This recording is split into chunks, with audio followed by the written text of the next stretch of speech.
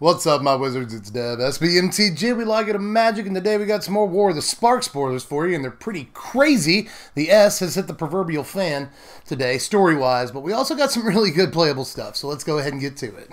Now, just to clean up some stuff from the weekend, we saw the other three bonds on Friday night. We saw Bond of Insight, Bond of Passion, and Bond of Revival. Now, Bond of Passion, I think, is the worst of these. Even in the limited environment, it can kill a thing and steal a thing for at least a turn, so it's got a pretty good ceiling, but that's a pretty expensive mana cost for an effect like this. It's the one I like the least of these three.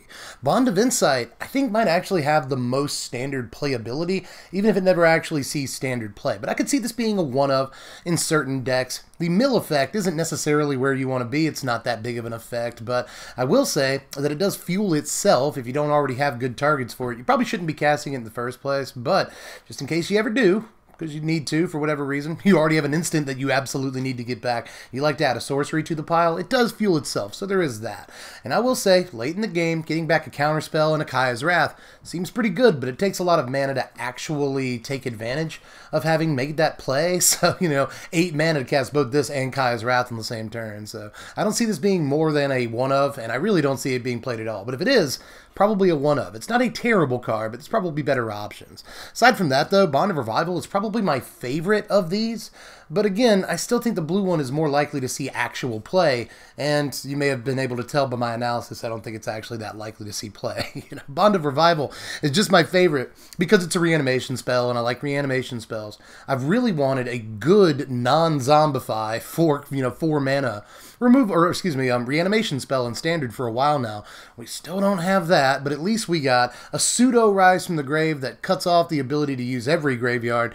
Instead, we just get to use your graveyard. But the creature gets haste, which is really, really good if you're not already reanimating a hasty creature, As far as reanimation spells go, usually reanimator decks are going to be working out of their own graveyard anyway, so this isn't really a huge downgrade. It's really more of a side grade from Rise from the Grave. Most reanimator decks are going to be dumping stuff into their own graveyard for the purposes of reanimating. So, for the most part, this is going to be better than Rise in any standard reanimator decks, but I still don't think that it really makes standard reanimator that scary.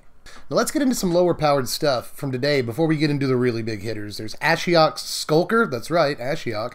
We'll talk about her in just a second. But anyway, we also got Deliver Unto Evil and Spark Reaper. Now, Spark Reaper is probably my least favorite of all of these. 3 mana is a huge activation cost. This is actually Andrea Mengucci's spoiler for this season, his exclusive spoiler, which I thought was funny. He won the Mythic Invitational. He's, quote, to quote a few articles I've read now, the face of MTG Arena, and he gets this crappy, limited playable card for his exclusive spoiler. I feel really bad.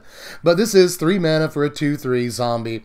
You pay 3 and you sack a creature or planeswalker and gain a life and draw a card. So, yeah, this can, in limited, be a pretty decent little card draw engine, and if your guys get targeted by removal, you can sack them in response. If your guys are going to die in combat, you can sack them in response. There's good reasons to want to play Reaper in your limited deck, but that's about as far as it goes. Now, I really like Ashiok's Skulker in limited. I feel like this is going to win a bunch of games of Sealed. It's a mana sink. You want those in Sealed. Protect yourself from flood and such, and just to have something to do with your mana on turns where you draw dead or you draw land or whatever. It's always nice to just be able to make Skulker unblockable and get in. It's got this huge toughness, so it blocks well when it needs to, and is somewhat resistant to damage-based removal all at the same time. So I like a lot about Skulker in limited. This is not too expensive to play, and like I said, it's probably going to win you a game or two. Now, Deliver Unto Evil. To be fair, Dewey is not necessarily a limited-only card. I put it in this section, but I do think that we're getting into some powerful stuff here. Although, I really don't like these conditional, this is basically Bolas's Triumph, I don't like these conditional, if you control this particular planeswalker, do an extra thing. Even though you get a ton of extra value, I keep thinking of the, the legendary spells from Dominaria that required you to have a legendary creature or a planeswalker out, and those were really powerful, but they didn't see any mainstream top tier play. I know some people say they played Ruinous Blasts and all that, but for the most part, these cards did not see real competitive play because the condition is so hard to fulfill.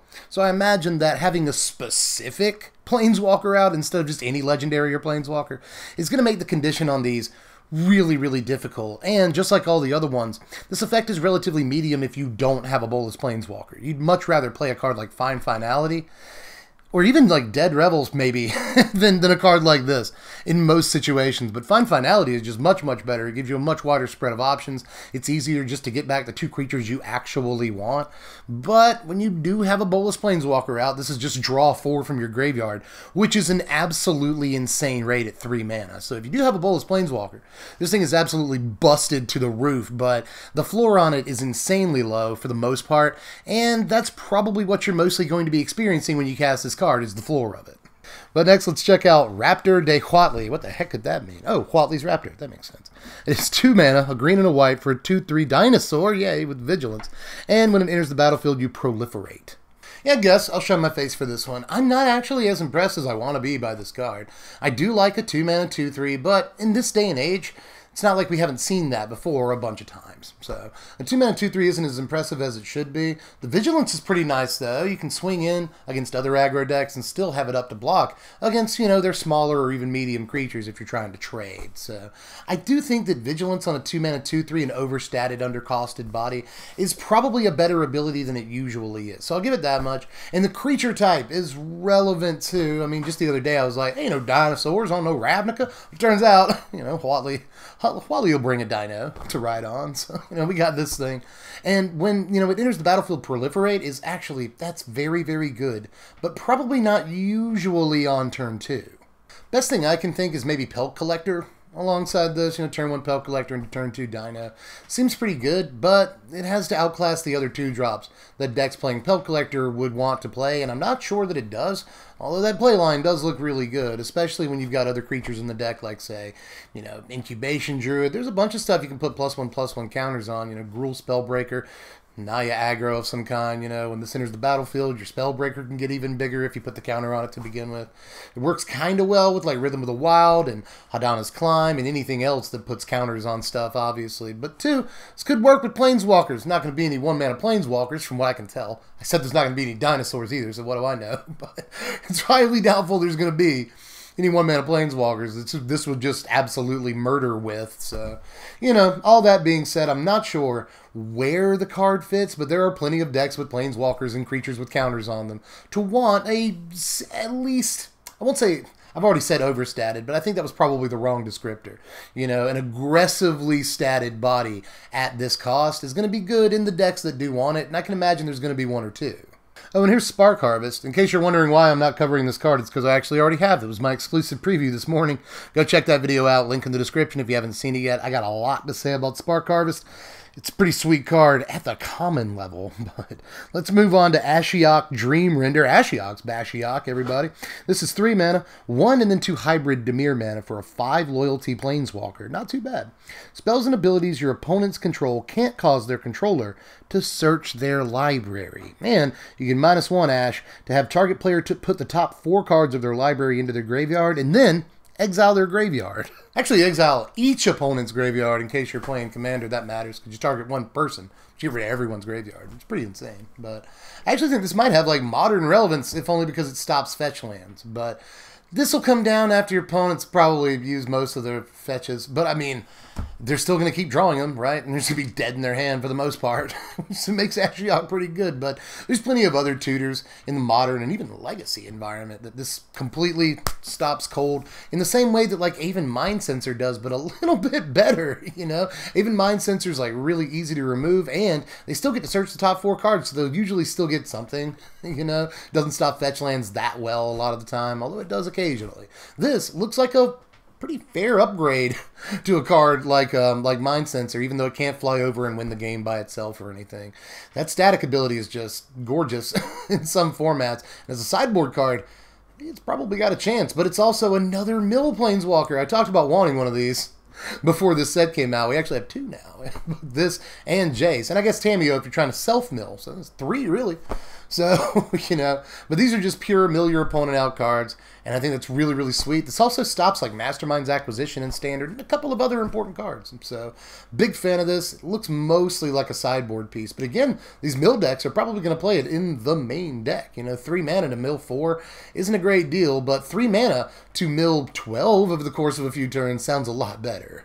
Another cool thing, just before I get off this card, is that it sort of cuts out one of the weaknesses that mill decks have, and that is when they play against decks that utilize their graveyard. You know, undergrowth strategies, reanimation strategies, cards with jumpstart, decks that are trying to fill their graveyard for Search for Iskanta or Adapt to Terramander. There are plenty of reasons, just in Standard alone, where, you know, how people abuse their graveyards. And this card allows you to both mill your opponent and not worry about graveyard shenanigans, which is something mill decks don't get very often. But we're getting into the walkers now, y'all. Here's Huatli, Corazon del Sol, or Heart of the Sun. That is a really, really cool name for any Magic card, or anything, period. But anyway, this is just 3 mana, 2 and then a hybrid Selesnya mana for a 7 loyalty planeswalker. That is a loyal planeswalker, and each creature you control assigns combat damage equal to its toughness rather than its power. If you minus 3 watts, you gain life equal to the greatest toughness among creatures you control. 3 mana for a 7 loyalty planeswalker. It's just, I can't get over that. Even though you can't plus it, and the minus isn't great, you know, it doesn't like affect the board state, doesn't get you card advantage or anything, but if you have a 4 or 5 toughness creature out, gaining 5 life, that's no joke, that's pretty good. But still, this is mostly, gotta point this out, just a third effect in Standard now that allows your creatures to swing for butt, you know, swing with their booties and all that. We've got High Alert, we've got Arcades, and now this. So if you really want to build that deck, you've got up to 12 effects that provide exactly the effect that the deck is built around, so there's no reason that deck can't work at this point. But all that talk about a medium walker, let's talk about the real one, y'all. This is Nicol Bolas, Dragon God. I finally get to talk about this card. It got leaked forever ago, and I'm trying to stick to my principles this spoiler season. It took a lot not to talk about this, but I finally get to. It's 5 mana, a blue, a red, and then 3 black mana for a 4 loyalty planeswalker. Nicol Bolas, Dragon God, has all... I knew I would laugh while reading this ability. Nicol Bolas, Dragon God, has all loyalty abilities of other planeswalkers on the battlefield. And you can plus, as if you needed more, +1, you draw a card. Each opponent exiles a card from their hand or a permanent they control. And you can -3 Bolas to destroy a creature or planeswalker, no big deal. And then, -8, the ultimate, each opponent who doesn't control a legendary or creature or planeswalker loses the game. It's the Rock. I love that he's throwing it up right here. Or maybe it's the Illuminati thing, whatever you want to call it. But I love that he's doing this. It's almost like he's doing the heart thing, you know? But no. No, it's the Rock, y'all. This Nicol Bolas is very good. He is. I know he's only 4 loyalty or whatever, but you immediately get to +1 him and get a 2-for-1 when he enters the battlefield. That's just pretty good right there. Or you can go down to 1 loyalty if you have some ways to protect him and just blow away a creature or even a planeswalker.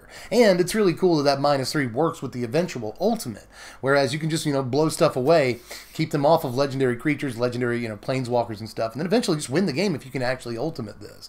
Plus, I mean, we're just analyzing his actual abilities. He has the abilities of literally every planeswalker on the battlefield, even in your opponents, which is really, really sweet. So this is a good planeswalker.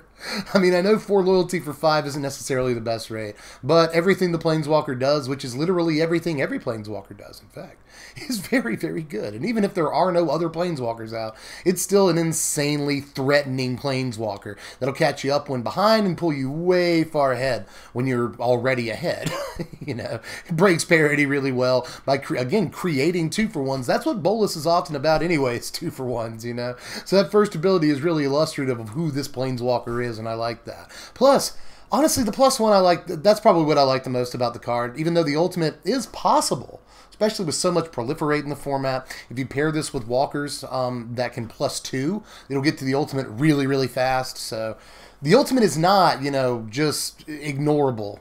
You have to pay attention to the ultimate because it can win the game on occasion, I would imagine. But I love the +1 so much. Like, yeah, they get to pick what card they exile from the hand. They get to pick what permanent they exile. But if you just uptick this every single turn and keep it protected, it'll eventually effectively win you the game. Not only do you get to draw a card, but, I mean, this, again, it's a 2-for-1. You get to get rid of one of their things.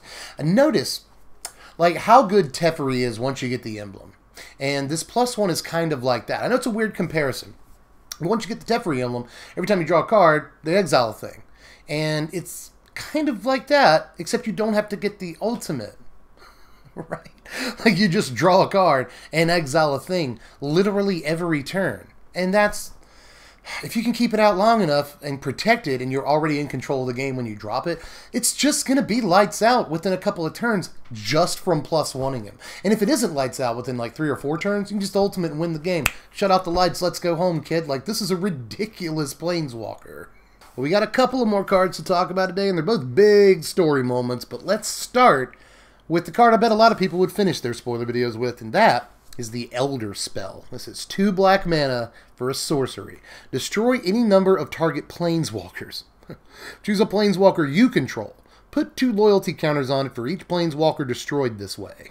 Okay, so yes, it's dope, but I'm going to rein things in. Let's bring it back to reality here, because this card is extremely narrow. It very much is. Now, one thing I will say is I wanted 2 mana planeswalker removal. This is 2 mana planeswalker removal. If all it does is kill a planeswalker for 2 mana and you don't even have a walker out to put loyalty counters on, it's probably fine for that reason.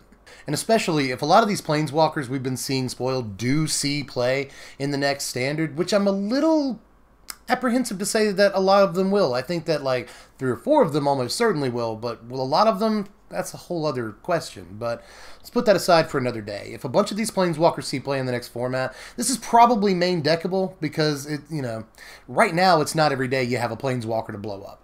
It just isn't, you know. But in the next format, that might be completely different. That might be an untrue statement. You know, you always have a planeswalker to blow up in every matchup, but I kind of doubt that too, because I really like the way that the aggro decks are still going to be looking in the next format. Mono white, mono blue, even mono red still look like pretty good decks going into the next format, and I doubt any of those are just going to play a glut of planeswalkers. So this still kind of looks like a sideboard card. It's going to be otherwise dead in your hand a lot of the game, but against Super Friends, it's crazy. If your opponent is playing Esper Control and you can land this against a Kaya and a Teferi at the same time, that's insane value. It comes in from the board in those situations, I would imagine. And again, if you can blow up like 3 planeswalkers and actually get the extra value of putting 6 loyalty counters on a planeswalker and just ultimating right there, that seems great. That seems freaking fantastic. Notice actually how well this works with Nicol Bolas. If your opponent has like 2 planeswalkers out, then you can just, you know, use the Elderspell to blow up a couple of planeswalkers on their side. Put like 4 loyalty on your Nicol Bolas, immediately ultimate and win the game a lot of the time. So I like the way the 2 cards work together. They both require a commitment to black too, so they could go in the same deck pretty easily. So I kind of like that. And a sneaky thing about this card, a little bit of tech for you, is that notice you don't have to target planeswalkers your opponents control. If you really want to be as Nicol Bolas as possible, you can kill your own walkers. You can kill like 2 of your own walkers, and then again put all the, you know, loyalty on Nicol and just win the game through his ultimate, or any walker's ultimate. A lot of walkers' ultimates effectively say you win the game in one way or another. So there's just plenty of ways to abuse this if you're playing Super Friends. Keep that in mind, or if you just have, you know, multiple walkers in your deck. There are plenty of ways you can effectively trade a walker to win the game with an ultimate. And that is also really, really, really good. Just for 2 black mana, the spell is a really good rate. But again, I'm a little wary of it, considering how narrow it is and how dead it's probably going to be, especially at the start of a lot of games. So I think this is probably a sideboard card, and decks that can abuse it, whether or not their opponent has planeswalkers out, are probably going to play this in the main deck. But for the most part, in, you know, high-level competitive standard, I imagine this is a 1 or 2 up sideboard card and probably not a whole lot else. But the spell is obviously extremely powerful in its narrow application. But on to my favorite card of the day, other than Nicol Bolas. Other than Nicol, this is my favorite card of the day. Here's Commence the Endgame. This is 6 mana, 4 and 2 blue for an instant. That is insanely important. And it can't be countered. Would you look at that? Draw 2 cards, then amass X, where X is the number of cards in your hand. Control finisher. This is a control finisher, especially in control decks where you can cast this at instant speed, maybe even during your opponent's combat step. Imagine that. They swing in, and then your control deck, dude, you already have like at least 3-4 cards in your hand a lot of the time. So you just get to draw 2 at instant speed and get like a 6/6. That's just unbelievable. Imagine having a full grip when you cast this. You get an 8/8. Because you have to take this out of your hand, and then you get 6 plus 2. Anyway, you get an 8/8 if you have a full grip when you cast this. And it's really not Christmas Land. It is not too hard to see a world where you either have a full grip or maybe you have 5 cards when you cast this. It's entirely possible. And it just finishes the game. It's good in the mirror match because it can't be countered. I think on Twitter, Saffron Olive called this an uncounterable mole drifter. And like, if you have no cards in your hand when you cast it, well, this and no other cards in your hand when you cast it, then yeah, it is basically an uncounterable mole drifter for like 1 more mana. But that's actually, I mean, it's instant speed too. That's one thing you can't say about Drifter, you know. So I think this is even better in a lot of ways because Mole Drifter is a 2/2 every time. It does have an evasive ability, but it is much easier to make this card. You can just make this card like a 5/5 really easily. Really easily, and I do wish that it had some kind of evasion. I do wish that it did. That marks off for that, but I still think that instant speed, draw 2, and get a body on the battlefield, usually a relatively big body, is an insane card for control decks to play a 1 or 2 of and finish the game off. This is also just a removal spell sometimes. Like, again, during your opponent's combat step, this will draw you will draw you 2 cards and kill a guy. If the creature that you created, the amass token, doesn't have to, you know, it doesn't die in that exchange, then you just got, that's an insane, you know, rate right there with your opponent. They kill one of their things, you kill one of their things, you got a body on the battlefield, and you drew 2 cards. That's absolutely nuts. What is that, a 4-for-1 right there? So, like, that's just absolutely crazy. And I do think this is probably going to see some standard play. It looks off the rails to me, and I know it's a little unassuming, especially to newer players who have been a little bit meh on this card today. But honestly, guys, this looks absolutely bonkers banana boat to me. But that's it for today, at least. There's going to be more tomorrow and the day after that and the day after that, but maybe not the day after that. I think we're going to be wrapping up here pretty soon. I hope you guys have been enjoying spoiler season so far. If you have, make sure you leave a like, help out my metrics, put me in more recommended feeds, make sure you spread the spoiler love, all of that. Subscribe if you haven't done it yet, because again, we're rounding the corner. There's more spoilers, don't want to miss those, but then there's list videos, pre-release guide. Those are always like 45 minutes long. I go way too in-depth with those. Plus, you're going to have deck techs after that. All of that's cool. If you want to vote on what deck techs you actually want to see, not just first this season, but pretty much all season, throw $1 into the Patreon, link in the description. Every dollar helps like an awful lot. Thanks all my new patrons. Appreciate every single one of you. You have no idea. Like, if you got a new deck doctor in, don't worry. I'm getting to it. I'm trying to clear all those up before the end of the week. And signed cards are going to go out for the month as soon as this set comes out. I want to make sure that your signed cards this month are from this set, War of the Spark. So all that said, do all the other YouTube stuff I haven't mentioned yet. You know, if you want to pre-order anything from this set, then go over to tcgplayer.com. They sponsor you, boy. And they're also where you're going to get the cards for the lowest. On pre-order singles, low prices, and on boxes, sealed boxes, booster boxes, and whatnot, they're still below $100. So make sure you get in there. Link in the description for them too. Helps out your boy just when you click the link. But aside from that, pretty sure I'm done. So it's your turn. Turning it over to you. Go down there to the sideboard, the comments section, and let me know how you felt about all these cards today and how I evaluated them. What did I miss? Am I just so dumb? This shouldn't even be my job?